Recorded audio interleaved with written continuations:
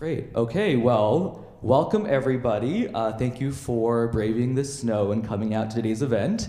I also know it's Valentine's Day, but if you're here, I assume one of your great loves is arts education. So very fitting that it's today.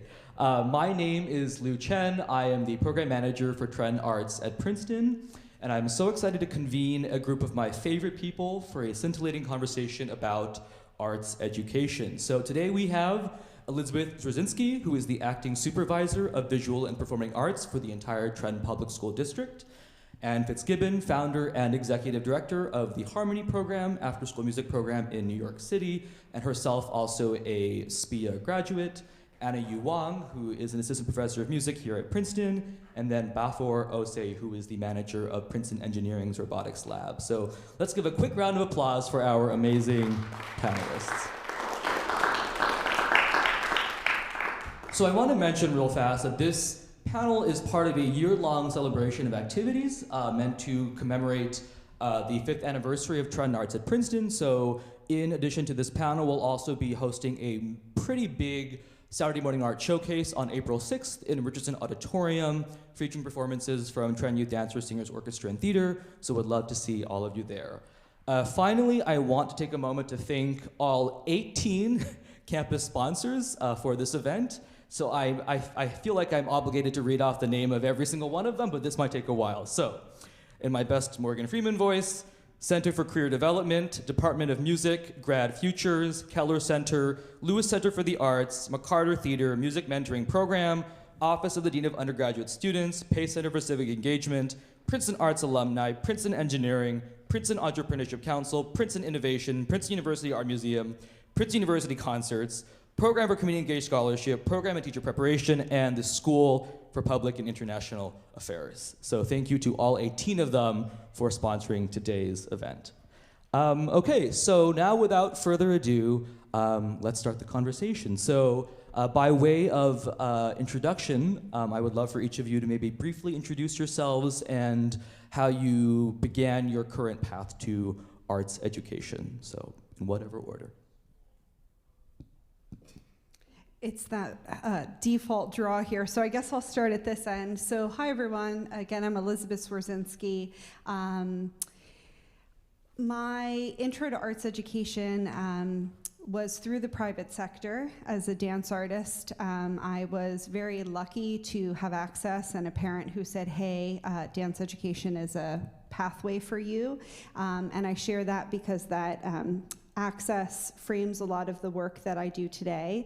I have an undergraduate degree in dance and a graduate degree in dance education from Rutgers University, and really almost immediately went into teaching in the public school. So I have spent most of my teaching home at Trenton Central High School. And now I am privileged to step into the role of acting arts supervisor within the Trenton Public School District. So we serve all 4 arts disciplines, music, visual arts, dance, and theater.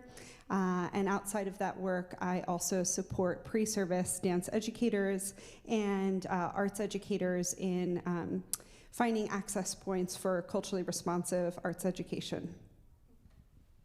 All right, might as well go in order for this one. Again, I'm Ann Fitzgibbon. I run a nonprofit organization that teaches music in underserved communities across New York City. And my entree into the arts profession started with clarinet. I'm a clarinetist.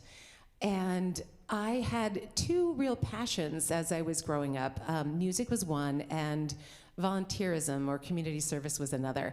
And I thought these were really incompatible interests when I was growing up. I thought, well, I'm gonna have to choose one. So that brought me to my graduate studies here at Princeton. I thought I'll pursue a career as interested in government. And so I came to SPIA and I studied public affairs with an emphasis on urban planning. My first job out of graduate school was working in the New York City mayor's office, and that cultural tug kept, pulling at me. And I was working on education policy and realized how many public schools in the city were no longer offering instrumental music education. And so I created a pilot project at that time that really was the very start of the organization that I run today.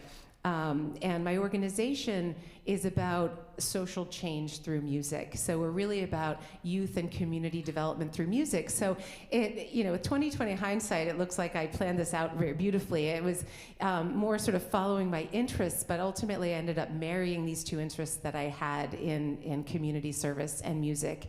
And today we serve 3,000 primarily elementary and middle school students across 4 boroughs of New York City with instrumental music, ensembles, and scholarship programs. Hi everyone, I'm Anna Yu Wang, and I'm a music theorist. I teach music theory here at Princeton. I'm really interested in diversifying what it means to do music theory, what music theory means, and what kinds of musics get included in that study. And this kind of mission started at the beginning of my PhD degree. I traveled to China, to my grandmother's home in Anhui province, and I thought that I would play a recording of Huang Mei opera, since my grandmother was sitting there and I had heard from my dad that that's her favorite kind of music. And I was, that moment was very memorable because my grandmother immediately started singing along with that recording. She seemed totally in her element. And mind you, I hadn't heard her sing since the time that she sang lullabies for my sisters 20 years ago. And so even my grandfather walked by and was like, wow, she's singing.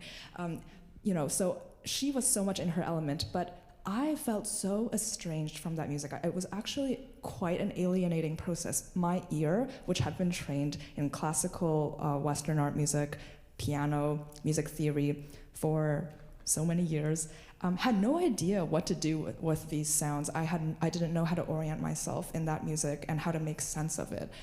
And so I devoted my PhD to trying to make sense of it, trying to hear through my grandmother's ear.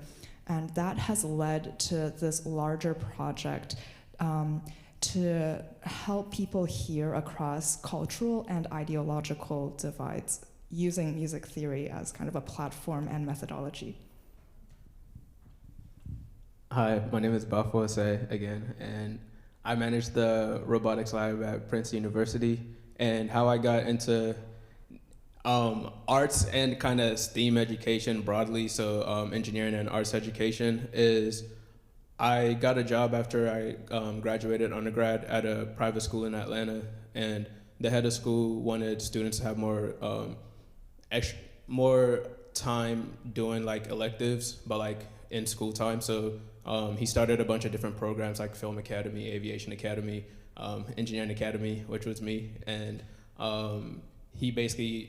the school gave me an empty room and was like, engineering, like make it happen. And so I kind of took what I enjoyed about my college engineering experience and then tossed away the rest that I didn't like for the most part. And most of that part was theory, not because theory is bad, but because a lot of the students, the students I taught were 6th grade through 12th grade, so they didn't necessarily like have like a linear algebra background or something in order to like do a lot of the theory. So I figured that I'd give them an experiential learning environment. And so that's how I got into the education portion of it. And while we were doing engineering, I realized that a lot of my students' interests span a really wide gap, and I didn't want to force everybody to like, hey, we're all going to build this robot arm. Like, here's step 1, and here's step 2, and here's step 3. So instead, I kind of broke it down to basics. I divided engineering up into like programming and CAD and some other areas, just so there were like defined spaces. And then once we touched in all those different areas, I gave them the opportunity to like do a project in either one of those areas, a mix of those areas, or something outside, as long as they built it. So basically, like, I took the definition of engineering and really butchered it and called it an engineering class anyways. It was really more like a how to make anything, almost anything kind of class. And that's what they kept doing, and then they kept iterating and getting better and improving and building projects and building their self-efficacy and all that. And I was like, okay, this is really cool, and then started to spread that outside of the walls of the school that I was teaching at. And so that's how I got into it. I would say that you expanded the definition of engineering, so thank you. So to begin, I'd love to start with Anne and Baffour. So a really interesting similarity in your careers is that you both kind of began your current arts education journey abroad. So Anne, as a Fulbright scholar, you spent a year in Venezuela studying El Sistema. Baffour, after immigrating from Ghana to America and going to college in Tennessee, you returned to Ghana and developed 2 makerspaces, or 2 schools. So I'm wondering what perspective those international experiences brought to your current work. Yeah, so when I first went back to Ghana to start kind of spreading a lot of like the work that I'd done at Landmark, which is the school I worked with in Atlanta, I didn't go in with the right mindset the first time I went back. I went back like, hey, my students here are thriving, they're enjoying this, so I'm gonna copy paste and it's gonna work out great. And for those of you who've never been to Ghana, Ghana and the US are very different countries. Like food, culture, traffic, like all kinds of different things, right? And so you can't go in ignorant of different circumstances. And I think I felt a little bit overconfident about the situation because I lived in Ghana for 13 years before I moved to the US. So in my head, like, not much has changed. I can go there and I can just do whatever. And the very first program I tried to do, it ended up not working out over the long run. It wasn't sustainable because I went to a place, my grandma's village, Kubasa, to build a STEM program, and a STEM program wasn't what they needed at the time, right? And so it was quite an like internally an embarrassing feeling because you kind of go in like, I got this great idea and it's gonna work out great and all that, and it doesn't, and then you have to go through like the process of like figuring out what happened and then finally realizing that it's you that happened, right? And so after that, it brought me a lot of perspective about when I go somewhere, I have to go there properly. I gotta investigate. I gotta see if somebody even wants me there, right? I can't just come in like, with this big hammer solution, like, yeah, man, we're gonna do this. I have to come in properly. I gotta see what's going on, if they even need it, if they even want it, if they want it, how do they want it done? What resources do I have that can enable what they've got going on, right? As opposed to me coming in with my big solution, like I'm the smart guy, just follow me and listen to me because I live in America or whatever, and I know what's up. So that's probably the biggest thing that working abroad taught me, perspective. And since then, I did end up working with 2 other schools and another organization, the Maker's Place, and we've been able to go into a lot of other schools with proper perspective and proper precautions, and we're now working with over 15 schools with over 3,000 kids doing these kinds of programs and actually doing it in a sustainable way. That's working out. It's fascinating that you gleaned that important perspective internationally, because a lot of people need to learn that perspective but won't have the chance to do so, like in a place like Ghana. So how to impart that to people within the confines of their community is always a challenge. So thank you. Yeah? It would be no exaggeration to say that my time in Venezuela completely transformed the way I think about music education and the way I approached my work. I went over to Venezuela as someone who was juggling jobs, juggling jobs to try to incubate this young nonprofit that I had created. And so I had a lot of pressure on me. I went over there and I just wanted like the shortcut to how did you guys get so successful? And I should ask, have all of you heard of El Sistema, Venezuela's? Can you raise your hand if you've heard of it before? It's a famous national youth orchestra system, training kids from various backgrounds across that country to be some of the best musicians in the world. I went in there with a notebook and a pen and a bunch of questions, and I was all about the logistics and the mechanics, and I just wanted to cut to the chase, like what makes you so successful here? And the longer I stayed, the more I realized that what was so powerful about that model was what I think that the founder, Jose Antonio Abreu, understood about the importance of music. So I'll say, to put it briefly, I think he really understood that children everywhere need a few things to thrive in this world. They need to feel safe, a sense of security. They need to feel a sense of identity or purpose, and they need a community or connection. And what he understood and what my colleagues in Venezuela understood was that the orchestra is a uniquely rich source of all those necessities for young people. And so while I came back with a lot of ideas about changing the structure of my organization and the schedule and decentralizing our approach to music education, it was their overall philosophy that really convinced me that music is an essential part, or should be an essential part of every child's education. So much, Anne. Next question is for Elizabeth and Anna. So Elizabeth, I've known you for 5 years, Anna, not even a year, but something that is so striking about the work you do is how you think about decentering Western art forms in your classroom. So Anna with classical music, Elizabeth with ballet. And so I'm wondering if you could talk a bit about how you bring that goal into your teaching approach. Sure. Well, I think there's really two entry points into this question. And the first is about broadening the canon of what we're offering to our students through our dance, I'll speak with my dance teacher lens. And so my dance upbringing, right, is primarily through ballet and this postmodern dance lens. And as I'm stepping into the classroom, what does that mean for students, and why am I buying into this fear-based system that kept me so motivated as a young dance student?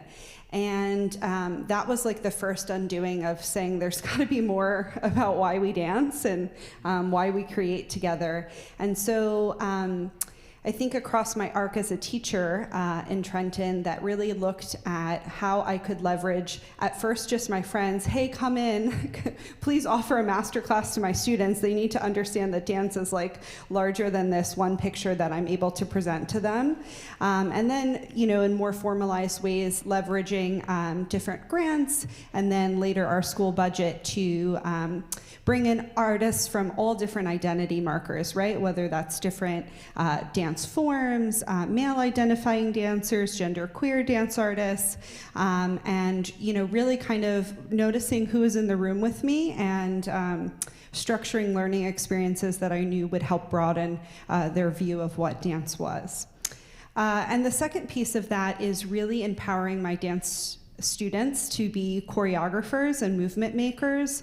What really drew me about working with adolescent students is the fact that the way that they're understanding the world is so present in the art that they make, and really creating a space in the school for them to be heard and seen and reflect both on personal issues, local issues, and that really was the kind of bread and butter of my program.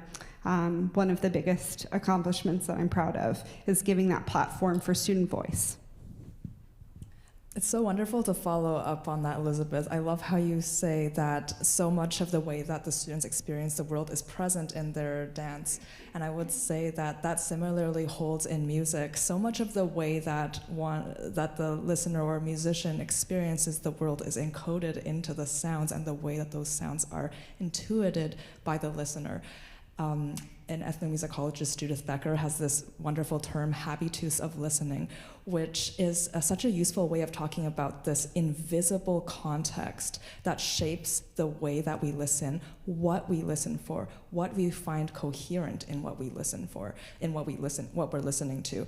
And so, decentering Western art forms in my class, the reason why that is so important is that that is key to showing that my habitus of listening, one that is situated in Western art music, is not the only habitus of listening out there, and that there are alternative strategies for making sense of musical sound and, by extension, making sense of even broader concepts like ending, like coherence, like pattern.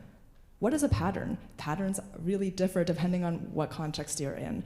And so, it's part of, decentering Western art music doesn't mean at all to take away the validity of Western art music, which is a beautiful and profound tradition.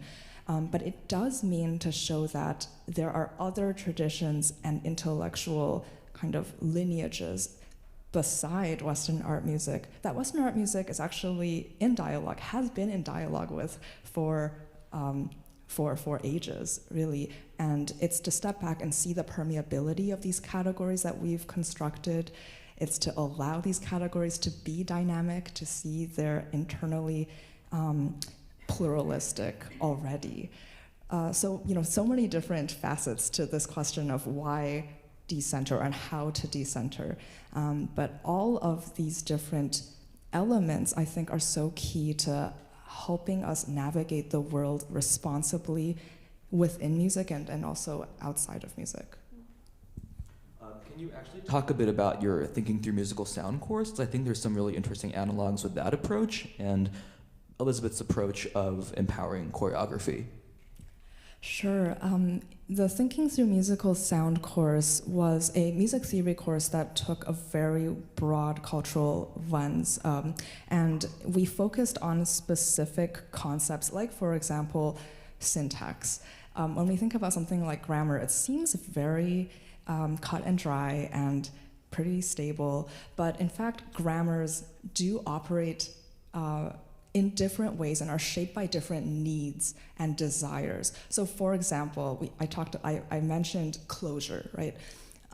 In a Beethovenian symphony or Mozart symphony or Wagner symphony, you'll expect a symphony to close on a resounding tonic, and you'll expect the dominant to set up that tonic, and you have this really strong sense of tension that requires closure in resolution. In Huang Mei opera, one of the reasons why my ear was so confused is that pieces often ended on the scale degree 5, or Sol, which aligns with dominant function in Western art music. And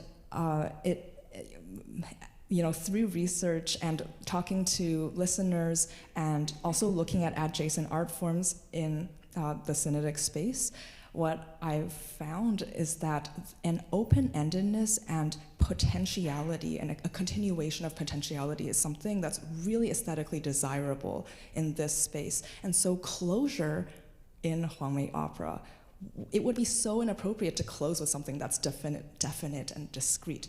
And what is desirable there is to allow something that's yielding to take that function. So these are the kinds of nitty-gritty details that I invited students to listen for in this class. And it's by presenting them with a range of different examples that deconstruct these seemingly basic concepts like closure or like narrative or like pattern that students can start to become more flexible in thinking and also more used to the thought that the way that they've come to hear things is not the only way. Elizabeth, if I can ask a quick follow-up, I'm wondering, when it comes to dance, if there are specific ways of dancing in ballet that you've had to kind of undo or teach your students to unlearn or decide, the same way that closure in music is complicated upon contact with Synodic opera. I'm wondering what balletic assumptions we hold that are complicated when they intersect with African dance or hip hop or whatever. Sure. I mean, just ideas of what basic alignment is, what organization and integration of the body looks like, right? I think polyrhythms are really like kind of parallel example here. I don't assume to know for music, but right. And also from the learner's perspective of like, I'm the farthest thing from identifying as a hip hop dancer, but like moving in an organic way with my students and learning through their lens of movement generation is challenging, right? And so I think like also changing that orientation of I am the teacher and I am the knower, and really spending about equal time as the learner in my classroom spaces. My next question is for now the two of you. You both kind of work or have worked at the intersection of arts education and policy. And you have a master's degree from SPIA in policy. You worked in the New York City Mayor's office, and I'm sure now, as the person running the Harmony program, you're buffeted by the winds of New York City education policy. And Elizabeth, in this new role, you're responsible for all this arts programming, and I imagine for advocating for certain policies for your students. So I'm wondering how, in your experience, arts education has met policy. more? Well, I would say it's been a couple of decades since I've been close to policy, but as you're mentioning, Lou, of course it affects what we do. What I would say is, I notice more and more over the years how much of my role has become one of advocacy. A lot of the public schools that we work with don't necessarily know that they need music education in their schools. They don't know why they should be demanding music education. And I think part of that is a factor of many of our school leaders and our community leaders themselves did not benefit from a music education. And I think if they haven't had that personal connection, they don't know what they're missing. I've become a missionary on the subject. I mean, I'm so passionate about this. I started the Harmony program because I thought, it's fun and it's enriching. And but what's become so frustrating to me is it remains on the perimeter of education when it is so powerfully important to the learning process. And you may have to grab a cane on this question and drag me off the stage. But I think if some of you aren't familiar with some of the neuroscience behind music and the brain, I mean, it's just fascinating. Music engages every known area of the brain. It strengthens executive function, language acquisition, physical dexterity, emotional regulation. If we told parents that we had a silver bullet that could do all these things, they would demand it. And we do, and they should. Okay, I'll stop. Well, so I'll chime in and say, as a New Jersey public school educator, we are very, very lucky in that New Jersey is the first state to offer universal access for students to the arts. We, as a state, have also acknowledged that the arts are a core content area, right? So there's still some work to be done, as you mentioned, in reframing that this is as essential, dare I say, as math and reading and writing. But the implementation of that has gaps, right? And so we've spoken about the power of visual arts education, and music and dance and theater are one of these emerging fields. And so how I think it now is a new challenge about how we offer equity in offering dance and theater during the school day, not just as extracurricular activities where your English teacher is, running the school musical or, saying we read Shakespeare, so that's theater education. And great, that's a fantastic start. But I think we're in a new era of challenge about how we provide each arts discipline during the school day and how we prioritize that with all of the competing demands that are happening, 80 minutes in reading here and these new science standards. And then also centering that in not just performance, right? So as I'm walking into classrooms and I'm hearing from principals about, hey, I have an arts program, but I just really need them to produce. And I think there's also a balance in process that we're trying to bring forward in arts education as well. Thank you. Next question is for Anna and Baffour. So both of you are relatively new to Princeton. So Baffour about less than 2 years ago, Anna not even 1 year. So I'd love for you both to reflect on your first impressions of Princeton since arriving here, and also how you feel Princeton might be able to contribute to the cause of arts education. You can go as broad or as specific as you like.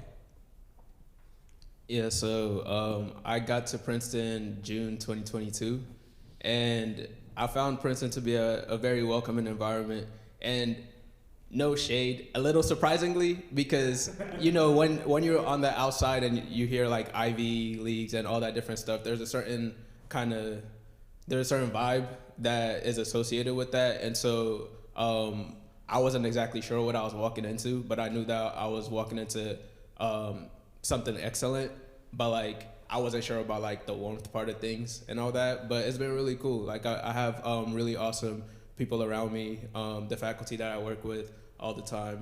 One of them is over here. To like in attendance, stuff like this like happening with the different grad students that I work with. Like I've been around them for events outside of school.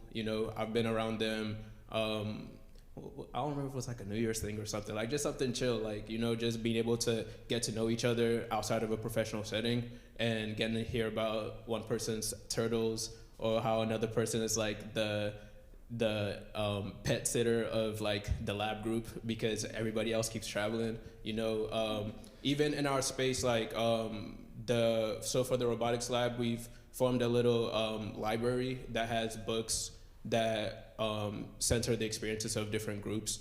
And we do this little thing called a spontaneous book club. It was something that a group of us came up with, and we've been doing it for almost like a couple of months, almost a year now. And basically what a spontaneous book club is you just grab a book from one of the shelves, you read for about 40 minutes, and then you have a discussion for 20 minutes leading up into the robotics seminar dinner or hangout afterwards. And what happens is that you get to, you know, create a space for discussions that wouldn't normally happen, but in a really cool way, because PhD students or postdocs, they already got to read a lot, so you don't want to like make the barrier to entry too heavy. So by making sure that you had to read the book in order to participate in book club, it's like, now you can read the book at book club and then have a conversation about it, and then you get to know each other even further about experiences. How was school when you went, and where did you grow up? Like all kinds of different things that don't come up in conversation,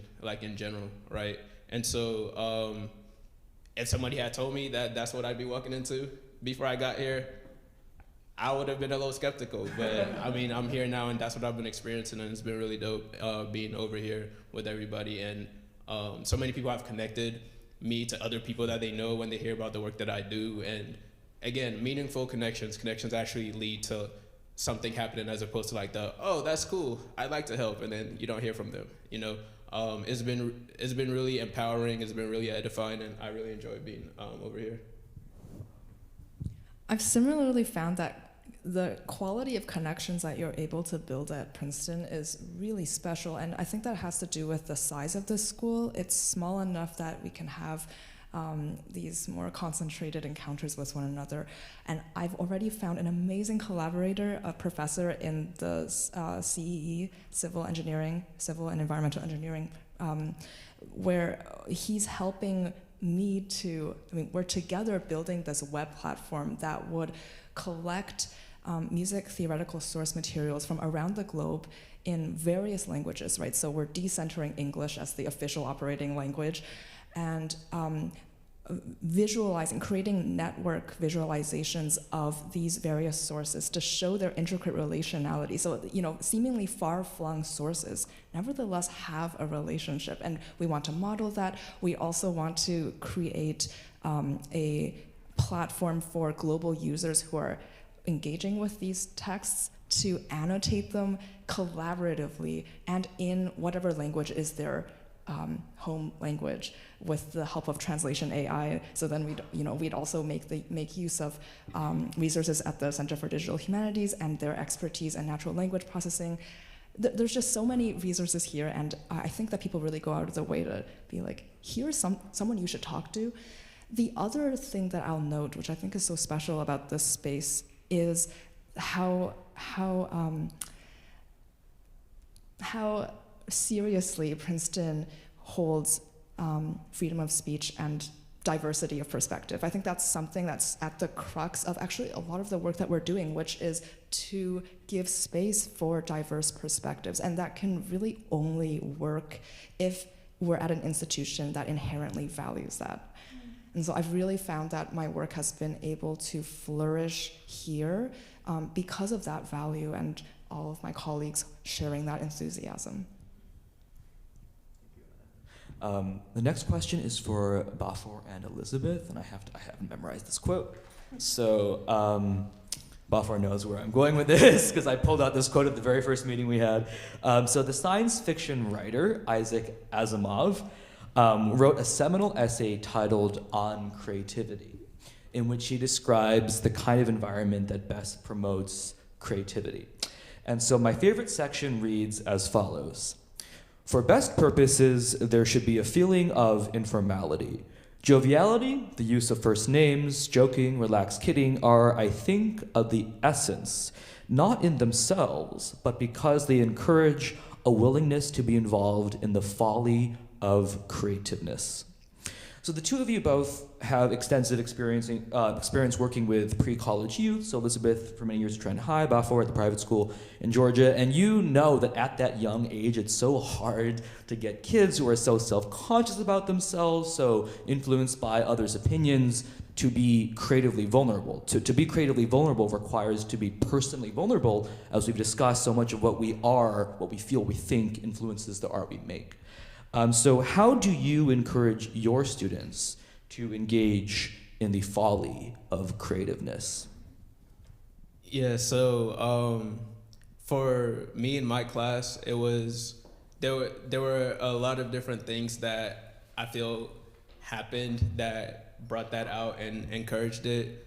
One of it was probably, I minimized the amount of like code switching I did around my students. I didn't try to talk too differently than I usually speak, because I wanted them to kind of see me as I was for the most part.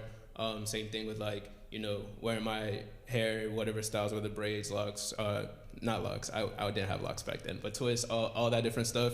And then also even like having my earrings in or my nose ring in class and all that, and not making it a thing, right? It's like trying to like make it regular to, you know, be, right? And so that was the first thing. The next thing was kind of trying to relate to them where they were. So when I first started teaching, I think I was 22. And so I was around the same, I was closer in age to my students than I was to a lot of my coworkers. And so we were watching the same shows, listening to the same music and all that. And I would have a speaker in class and we were playing music. Students could contribute to the playlist. Obviously, there were certain, like, I play clean versions and all that different stuff. Like, there's certain songs that, like, you know, you gotta, like, yeah. So that part. And then also, whenever we got to the lesson about the engineering design process, every time we got to the ideating stage, I try to teach my students not to self-censor. So I told them, when you're in the first step and you're ideating, like I used to have this mantra that I had them all repeat. In the ideating phase, there are no bad ideas. And we'd say it 10 times in a row, and it felt really ridiculous and silly, but that was part of it, because I need you to feel ridiculous and silly, because sometimes that's how you feel when you're coming up with ideas and different things. And so like, I needed them to embody not just the idea, but the silliness of having to repeat it so many times, because they needed to understand that it's dumb, but a lot of the ideas are gonna be dumb until they're not dumb, you know? And so you have to learn that the difference between an idea that's not good and bad isn't so clear all the time, you know? Sometimes it is, don't get me wrong, sometimes it is, but it's not as often as we think it is. And so once we got all that done, and then like, you know, being in a chill environment, like when, like having students learn how to like solve disputes amongst themselves, you know, without throwing rank as a teacher, like, hey, sit down and da-da-da-da-da. It's like, nah, let's have a conversation about this. Let's see what's going on. Like constantly trying to like make things into a dialogue with them, and not just pulling rank. Because if you pull rank, then it's like, hey, I'm the teacher, you're the student, and that kind of solidifies experience in the class.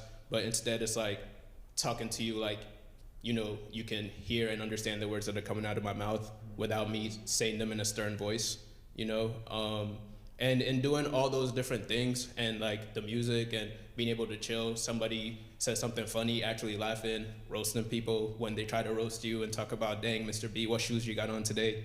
Like, and me looking at you like, what shoes you got on today? You know, like letting them know that that's fine in this environment, as long as it's respectful, as long as it's kind, you know? And in doing all that, things like Lou was talking about the fart app earlier, so things like that are able to come up. Like I was teaching the class about programming and stuff, and then one of the students wanted to create a fart app. Like, I know some other teachers that would have shut that down right then and there and be like, no, you're not doing that, right? But I'm like, whatever is gonna be the hook that's gonna make you actually investigate how to use your mic to record audio, and then how to program the audio and program the buttons and learn the JavaScript that allows you to link the audio to the button such that when they press it, a fart sound comes out. And they did that, and after they did that, they put it on, they were able to put it on a server, and other students were like, yo, what is that? And they all asked me for permission to go grab their phone and download the fart app so they could all have it on their phones, because they're in 7th grade and farting is funny. Like, it's, you know, it's allowing the space for something like that to happen, instead of being like, nah, we're all coding this rock, paper, scissors game, and that's it, and there's nothing else. Like, you know, you gotta be able to meet people where they are, because the point is them learning the thing, right? And so how they get to learn the thing shouldn't be as like rigid as much as the thing getting learned. So just trying to figure out what it takes for that to happen. Baffour, what's the name of the fart app? Asking for a friend? Oh man, what did Parker call that fart? Tell me after. Tell me after. So I think there are a lot of parallels here. I also started teaching in the Trenton Public Schools when I was relatively young. And, you know, I thought I was a good teacher because I was cool and I was young. And maybe that was the beginning of it. But there's something about this, you know, sort of structuring the informality of your class. Your students are not going to learn from you or take any risks if they don't like you. And as an extension of that, if they don't like or can connect on some human level with their peers in the classroom, there's no room for creative risks, because we're met at that barrier of like, will you make fun of me for this? Will you judge me for this? And so I think a lot of that is about structuring time for socialization and getting to know one another before content, and really structuring that throughout the course of the year, and not just in that September getting to know you phase when we play all the cool games, and really recentering play in the classroom and experimentation. And while that sounds like, you know, a big, vague idea, it's also highly intentional, right? About how we're creating space for students to take risks creatively that are small at first and then build upon one another. So, you know, creating the ending to a dance phrase, offering different ways to move in a warm-up, and another thing I want to highlight is that as a young dancer, I was in many spaces where new work was being made or work was being set on me from a choreographer, but no one ever modeled that process. And so that became a big part of, even when I was setting work with students, about how I would make choices and make that transparent. And kind of say, like, I don't know what I'm doing here. Anyone have any suggestions?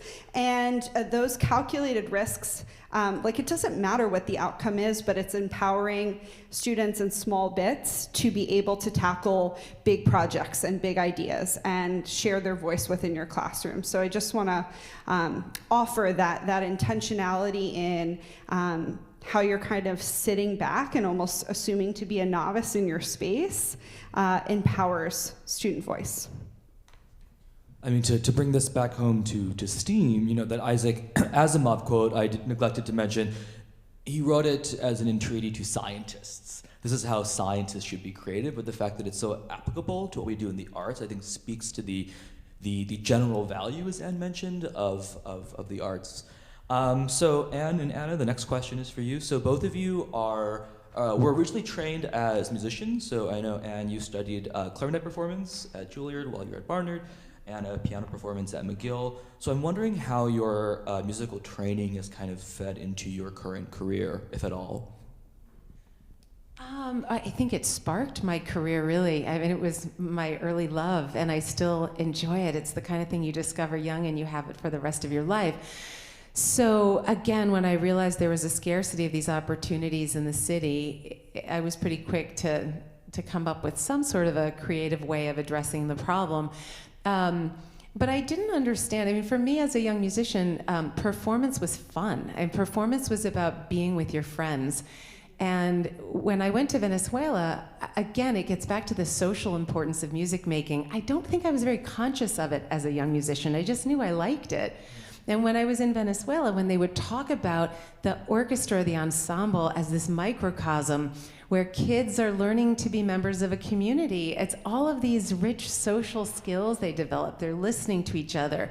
They're respecting the structure of this ensemble. They're following instructions. They're taking on roles as maybe a support or a leader. They're expressing themselves creatively, and most importantly, they're working together toward a common purpose. And so now with 2020 hindsight, I say, yeah, that's what I was getting out of that experience. But for me and for most young musicians, I think performance is really just about being together. And I feel like that's even more important today than ever before. Just the sort of lack of connection. I've had some of my young students say to me, the only time during my school day when I put down my device and am totally present with the people in my class is in my music class, because you can't be making music and not paying attention to each other. So anyway, I mean, for me, performance, it was about sharing the fun of it all, but it's also just one of the most satisfying experiences that there is. I would say that my experience studying piano performance, it helped me be a deep listener. As a performer, you're so actively shaping the sounds that you're creating, right? And you're thinking about what is it that this sound is doing in this particular spot next to that other sound, and how does it connect to that other sound, and why does it connect that way? So a lot of being a performer is, I think, actually quite theoretical, even if it's not explicitly so. I'm thinking about what is the affect of this particular structure, and you're trying to express it and really bring out that affect by doing things like paying attention to the balance of that chord. If you're playing a chord, I mean, which fingers are depressing a little bit more than the other. It's so fine-tuned, like the lengths that performers go to bring out the kind of emotional potential, the potential for meaning in these sounds is really incredible.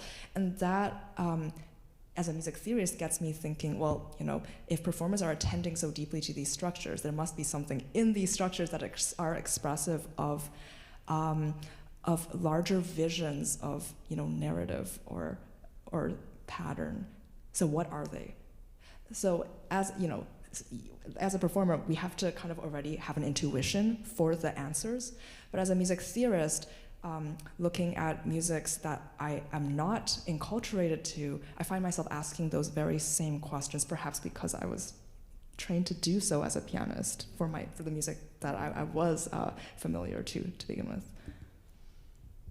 Thank you so much. So the next question is for all of you. It's the $1 million question that I personally really need to know the answer to, which is that, you know, I think the reason I asked the four of you to be on this panel is because each and every one of you have made a career of meeting your students where they are, of empowering them and their interests, whether they be academic or artistic.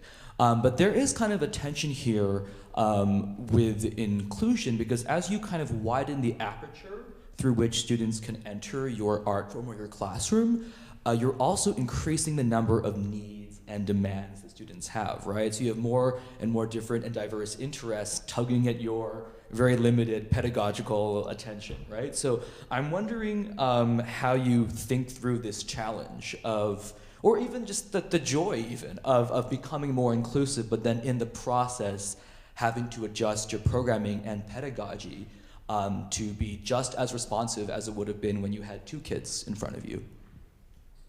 Yeah, so that is an excellent question. And so my answer for that, I stumbled into by accident, because what would happen is that when I first started teaching and working with my students, and like I said, I break the course down into different things. So like there'd be like a 3D printing and CAD section, there'd be a coding section, there'd be a section on mechatronics and other things. Once I went through those different modules, then I'd ask my students, what are you interested in? What kind of like project do you want to do? What do you want to get better at, right? And when I did that, someone would say they want to make a fart app. And then somebody would say that they want to build their own engineering curriculum for even younger kids. And then somebody else would say they want to build an electric skateboard. Somebody wants to do a flamethrower. We didn't do that. But I talked them down to a potato cannon, though. Or maybe they talked me up to a potato cannon. Who knows? But yeah, so everybody came with such wide interests. And I'm one person, so I only have like a certain amount of projects under my belt. So this was a point at which I was either gonna say, actually, we're all just gonna do the projects I already know how to do because I already have the answers for you when you come with your questions, or I can, you know, become a student like you and we'll all figure out all these different projects. But in doing that, you have to take up the responsibility of also like becoming researchers, right? Because now I won't have all the answers when you come to me. I'm a better Googler than you, but that's about it. Like, you got to figure it out. And so when my students started engaging their projects, they would get stuck and they would come to me, and we try and figure it out together. And sometimes we figured it out, sometimes it took a lot longer, other times we didn't figure it out. And the project was figuring out that we needed a lot more money to get a lot more expensive equipment to get the project done, you know? But in doing that, they were all able to tie in their interests, and it wasn't a thing where I had to like provide a curriculum that like catered to everybody's needs, because they all created their needs and then they created the solutions for their needs. I just kind of provided the space for that to happen, and that's what ended up happening. So I have a bunch of random information in my head now because of a bunch of different projects that have happened throughout the years, and I'm actually able to use that information even here at Princeton, supporting some of the different PhD students and some of their different projects. I'm like, oh yeah, I remember one of my students doing this back in the day, and this was the solution to that, and this is how it applies in this scenario and all that. So I think that understanding that students do have the capacity to use the internet and use a lot of different resources, use each other to find answers and find solutions. And just because you're the teacher doesn't necessarily mean that you're the one who's supposed to provide every single solution to every single problem that they have. Yeah, I like this idea of designing projects to be capacious enough so that everyone can find something that really interests them and that they can take ownership for. And also research-driven teaching is kind of what I'm hearing from you. And I try to do something similar. So I can talk about how I've approached this problem of many different people, many different subjectivities and interests in the Thinking Through Musical Sound course. So the semester-long project that I had students complete is to identify a musical tradition, a sonic structure in a musical tradition that resists their current habits of listening, and either makes them feel estranged or like their ear is actually offended by that sound, or it feels illogical to them, whatever it is. And I asked them to just dig into that one sonic structure over the semester through one of three ways. Either they can approach it ethnographically, so they go out into the community, find someone who loves this music or who practices this music, and engage in conversation with them. Or through composition, so they're trying to showcase their understanding of that structure after doing readings and also talking to community members by actually composing with that structure, or through performance, and that entails finding a teacher in the community who is well-versed in this tradition and studying on an instrument in an embodied way, coming to terms with this structure. And you talked about money. Yes, money is often required for this sorts of endeavors, and the music department was so generous to fund these kinds of projects. So students, one student who had studied for many years on Western art music, violin in the Western art music style, found a Carnatic violin teacher in New Jersey and took several lessons with her. Another student who's a vocalist took Carnatic voice lessons. Another student went to New York City to do ethnography with a Japanese gamelan ensemble. And some students were phoning up scholars from a different country altogether. I just found that this kind of work takes the learning outside of the classroom and shows the real world relevance of it. And it also develops students' independence as learners, right? That we're really doing this for our whole lives, and so might as well start now.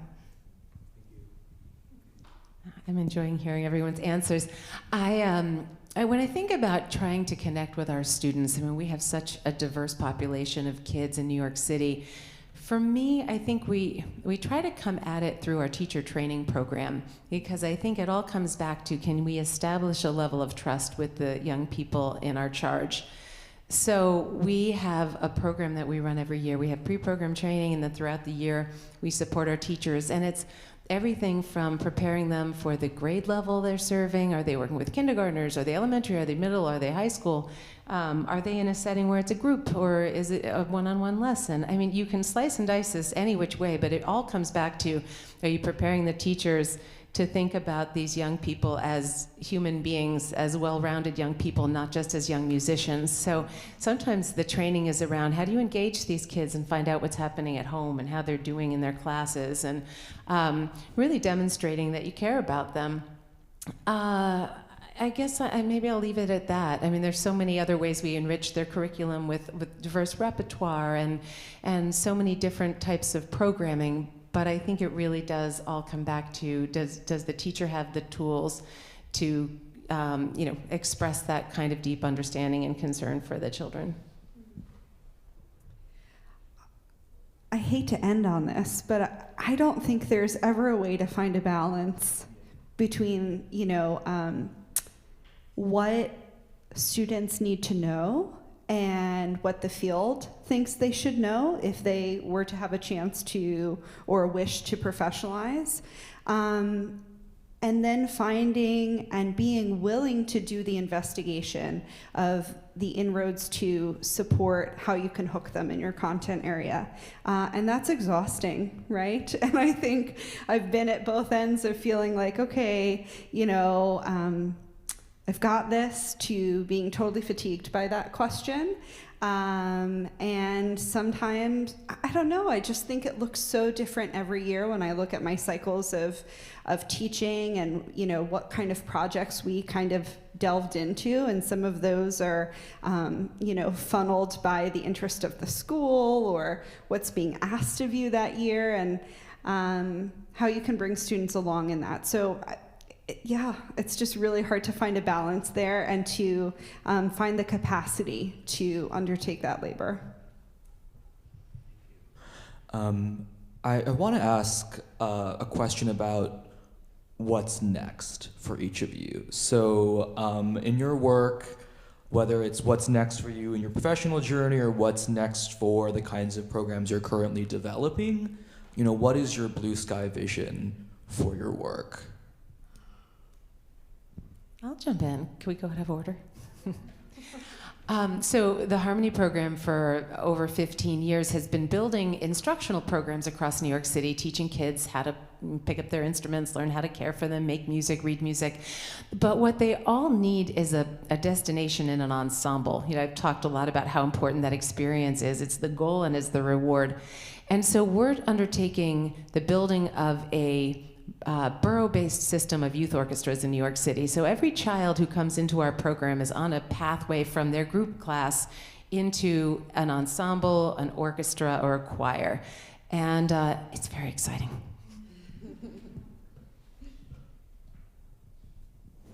So with me, that question is a little complicated because of the different areas that I'm in. So I'll try and keep it short for each of them.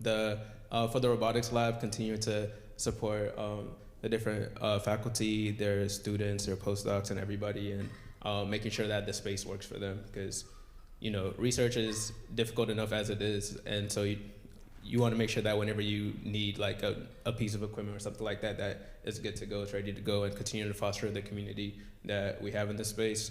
For the Maker's Place in Ghana, we're continuing to grow and expand into different schools, but we're also figuring out other things about continue to fund our programs so that there's sustainable, and also not just that, but funding the ecosystem surrounding the programs, because a lot of people talk about STEM education specifically and STEAM education specifically in a professional sense. So you're learning coding so you can go be a programmer for Facebook or Microsoft or whatever, and you're learning CAD so you can go work with design companies and all that. But the thing about it is that there needs to be something at the end of it, because of the different time horizons we're working with our students. You want to make sure that you're not kind of feeding them an empty dream where it's hey, if you learn this thing, you're gonna get these skills and somebody's gonna reward you for these skills in a financial way that's gonna enable you to take care of family and friends and all that. But then you graduate and it's where's the job? So trying to foster that ecosystem and have a framework for which students can actually create their ideas and partner with each other and continue to uplift their communities and do it in a sustainable way. With Technically Africa in Kenya, so we continue to build schools, continue to get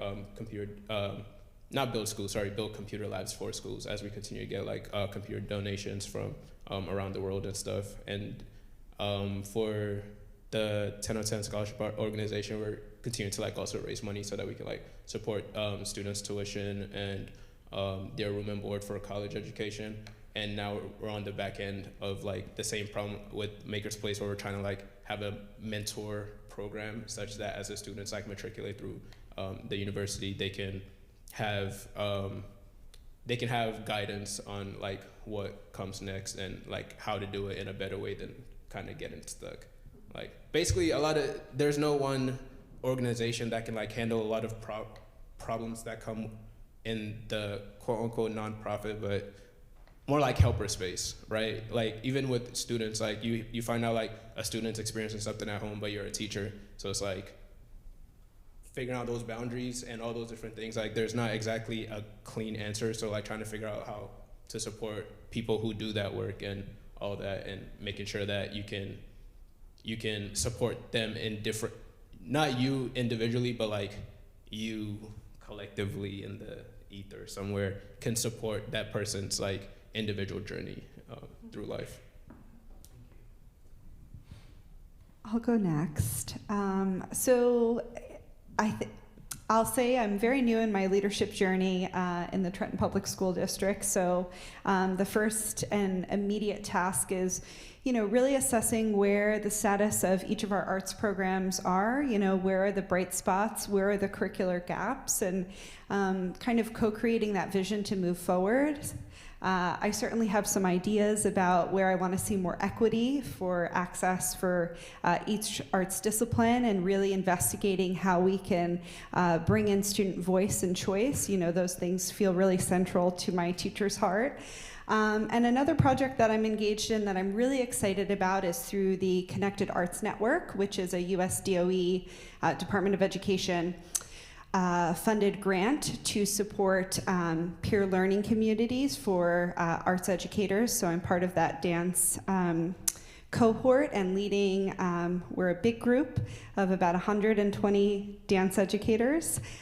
So helping those dance educators investigate entry points for ED&I and social emotional learning, and how they can pilot intentional instructional practices to enrich these areas in their classrooms. So we're just started with our new cohort of educators, and I'm really excited to just enhance their practice and be in a lot of great conversations. So 2 big things there.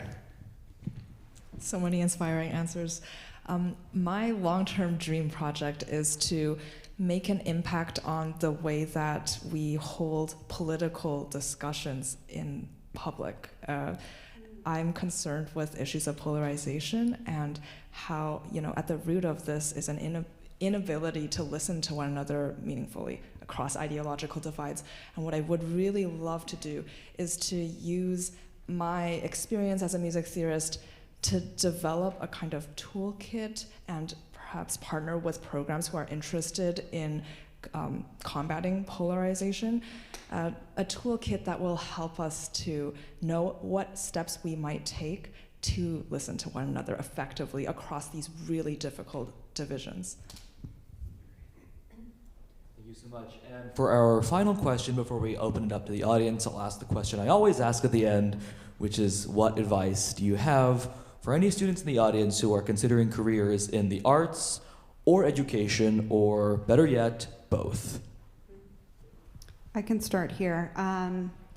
2 things that come to mind to the forefront as we're thinking about arts education is you have to figure out who your students are, what you love about them, what they love about themselves, and if they can't answer that, you need to help them figure it out. But I'm a strong believer that whatever curriculum, whatever teaching you're engaging with, it needs to be responsive to your students and their needs. Yeah, so I guess that's one thing. I don't know if I promised 2, but. I would say you're starting doing the right thing, being here, just gathering information and insights from other people.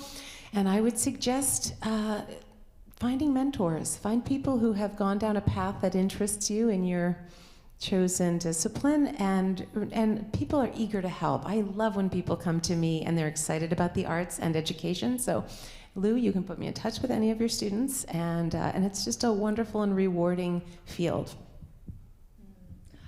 I would add to these wonderful suggestions already that if we're flexible about what we think we can do with the arts, then that will open up so many more paths. So don't limit yourself. The arts, as it's maybe caricatured, has a very narrow role to play in society. And yet, as all of my fellow panelists have shown, and as Lou has shown, the arts have such a broad role to play and really permeate so many different aspects of life.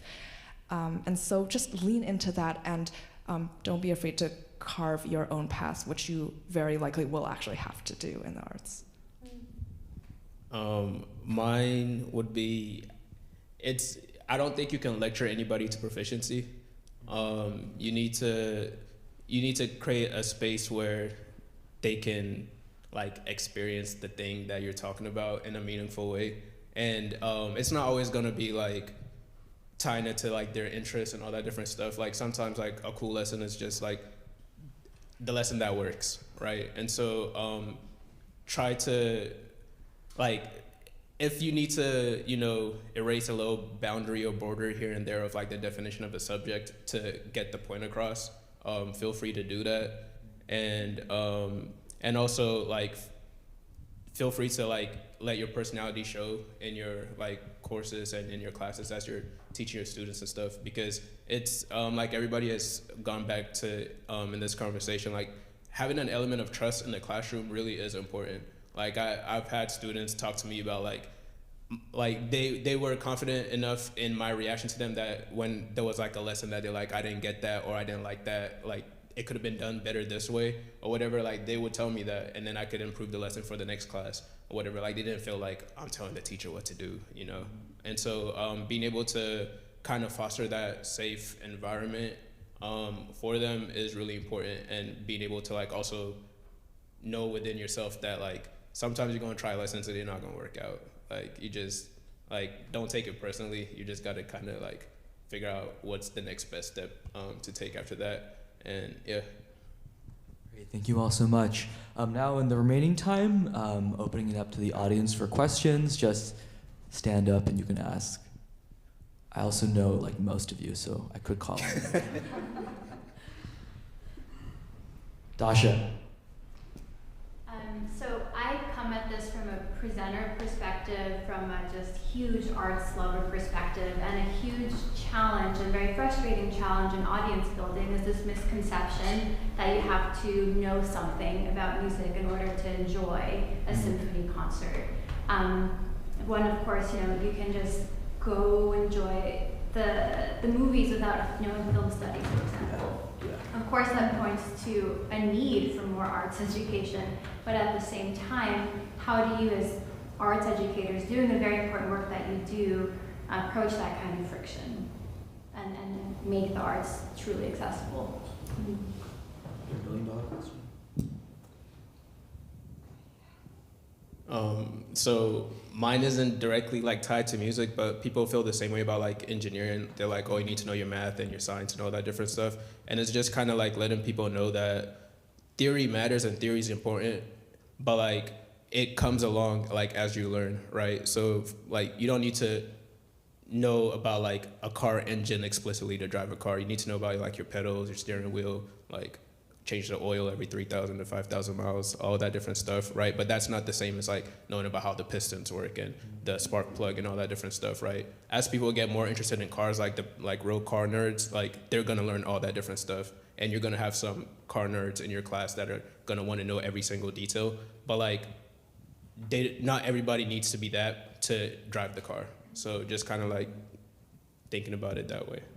I don't know that there's a one-size-fits-all answer to that question. It really depends on who you're talking about and who you're trying to attract and to what opportunity. I mean, for our young people, we're all about providing access. And for kids, we just had to put it within reach. And you put a bunch of kids in a room with instruments and they'll pick them up and they can't wait to play them. If you did the same thing with adults, they'd sit back and be terrified.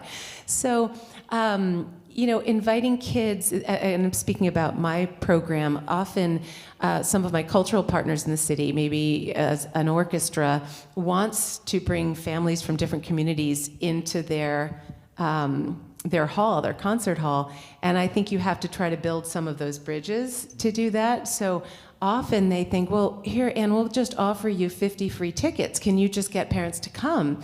And what they really need to do, again, this is a specific example, but if you go into that community, you build the bonds there, then they'll come. And even once they're coming, you have to make sure that they're comfortable in that environment. What are they there to hear? Is it appropriate for them? Is it something that is interesting to them? And I remember early on when I first started the organization, I had a parent call me and said, it says will call. What's will call? So even just understanding how, what are we doing to make these opportunities both interesting and accessible and comfortable and enjoyable for people?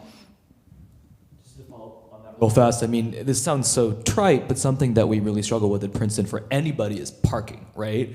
What I don't think we realize how much of a barrier it is for people who aren't from Princeton. Like I had a student who performed which is an auditorium a few years ago, opening for the Con Masons, and her parents were so proud, and they parked near Princeton, and they couldn't find Richardson. And they're not English speakers, so they were too scared to ask. So they went back to their car and went home and missed their daughter's performance because they couldn't figure out the parking. And it's something like that. It's something so frustratingly mundane that creates the obstacle. Well, and it is also, I work with a lot of young people who are excited about creating arts programs, and often I'll just they're so well-intentioned, but they might come up with a certain genre or an idea that they want to share with a particular community, but they're really not thinking about it from the community perspective. And that anybody will tell you, if you're going to do something community-based, really listen to your community and make sure that what you're offering them is, it's interesting and appealing to them, and you're making it accessible to them too.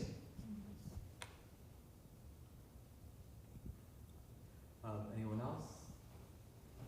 All right, I'm gonna ask the hard question. So we're talking about decentering Western stuff and inclusivity, but I guess my experience has been that the reason we're doing that is because it is a political thing. Western music was purposefully and intentionally centered, and these marginalized groups were intentionally marginalized. So as an example, I grew up listening to Qawwali music, but I went to an event that I was invited to, and the people told me how discordant and awful sounding Islamic music was, and were surprised that I didn't enjoy Mozart and Beethoven, and there was an immediate put down, decentering my grown experience in centering this. And so my guess is that you're all at some level trying to break that, but that is a political choice. It's not you made it sound really easy, like we're making things inclusive, but it is a political rebellion to actually center the thing that has been purposefully decentered. So I guess my question is, how do you deal with, do you feel that there's a way in which you experience backlash, and how do you deal with it? And sorry for asking the hard question. We love the hard questions. Keep them coming. But I think it's so important.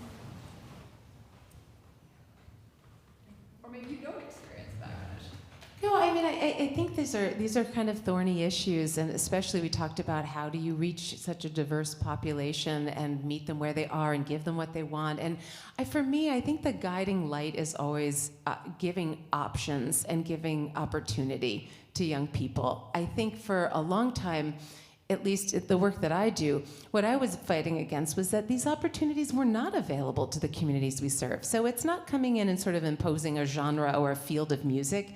In my field, it's really about giving them an opportunity to learn to make music, give them the basics, the fundamentals of playing their instruments, and expose them to enough of a rich and varied repertoire that when they come to the point where they can choose for themselves, they can.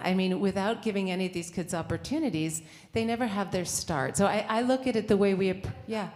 If you say we're going to do steel pan drums rather than clarinet or an orchestra. Oh, well, an orchestra is centering an identity that many of your your students may not share? Yeah, no, it's a great question. So one of the things that we do and we encourage our teachers to do, because our populations are completely different. So we work with a bunch of schools in Chinatown, but we will say to them, what do you listen to at home? What do you like to play? What are the songs that you hear around your annual celebrations? And so it's about incorporating enough of those culturally relevant pieces in the body of repertoire. So it's not about saying, oh, this group only studies this repertoire and this group only studies that. It's sharing a diverse body of repertoire.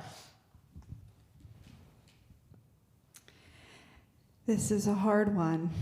We know that. But, you know, I think from the lens of being a teacher and now a teacher leader, I think where we see resistance from teachers is, well, how do I do this? And that's something that I identify with and have really had to sit with, to be like, my body knows these movement forms, and so how do I, you know, and maybe that's entirely being a novice. And that brings up questions too of is this even appropriate to present another movement form that I'm not trained in? And I've kind of settled with, for the sake of exposure, yeah, because where else are students getting this, right? And that's a hard journey to sit in for teachers, because it's like, well, show me how. And this assumption that, like, the training that I received whenever, you know, a few years ago, 25 years ago, may not be adequate to serve our students right now is a really scary place to sit in. And there's no formalized route to explore that, but I think it's an investigation and giving safety and grace, and maybe allowing educators to just take risks and to totally fail at their attempt to broaden exposure, or you know, to teach in a way that they were not learners. Right? That's another element I think that's coming up today in our panel too, about kind of undoing the structures in which we each professionalized. I just want to acknowledge that, yes, it is a political decision, and I see a lot of parallels between the question that you're asking and the question of how do we get beyond political polarization. The desire to stay within the confines of what is familiar is a political decision, and the choice to confront difference and try to find relationality with something that seems so different is also a political choice, and they have very different consequences and ramifications. And personally, I believe that seeking out relation in difference rather than avoiding difference is a political choice that will open up more paths toward flourishing for more of our members of the society. And so I think you're right that it's, you know, sometimes we try to hide behind, maybe like as an academic, sometimes it's tempting to hide behind the technicality of what we're doing and to try to neutralize the political implications of it, and yet it is manifestly political. Yeah. For me, I feel like it's kind of difficult to avoid the backlash because, you know, sometimes your existence in of itself is a political statement, in a sense. And so, like, with that being said, it's like you have to kind of like shrug your shoulders and keep it pushing anyways, and just try and get done what you think you need to get done, because the way, like, even responding to like the kind of like education style that like I would do in class that was like really informal and stuff, it came across as if it was like, hey, you know, that's the play class, you know, they just go in there and they play with Legos, and like that's kind of like the idea that was put upon us. But then you see some of my students, most of my students were doing things that I couldn't do until like my junior year of college, you know, because like I'd put the devices in their hands like early, and they learned how to build with it, and they learned how to do a lot of cool things with it. They also came into themselves more. They got their self-efficacy higher than like it was when I was their age, and all these different things that actually allowed them to feel comfortable stepping out of the political norm of what a classroom is supposed to be, or what what a girl is supposed to be able to do in engineering class, or what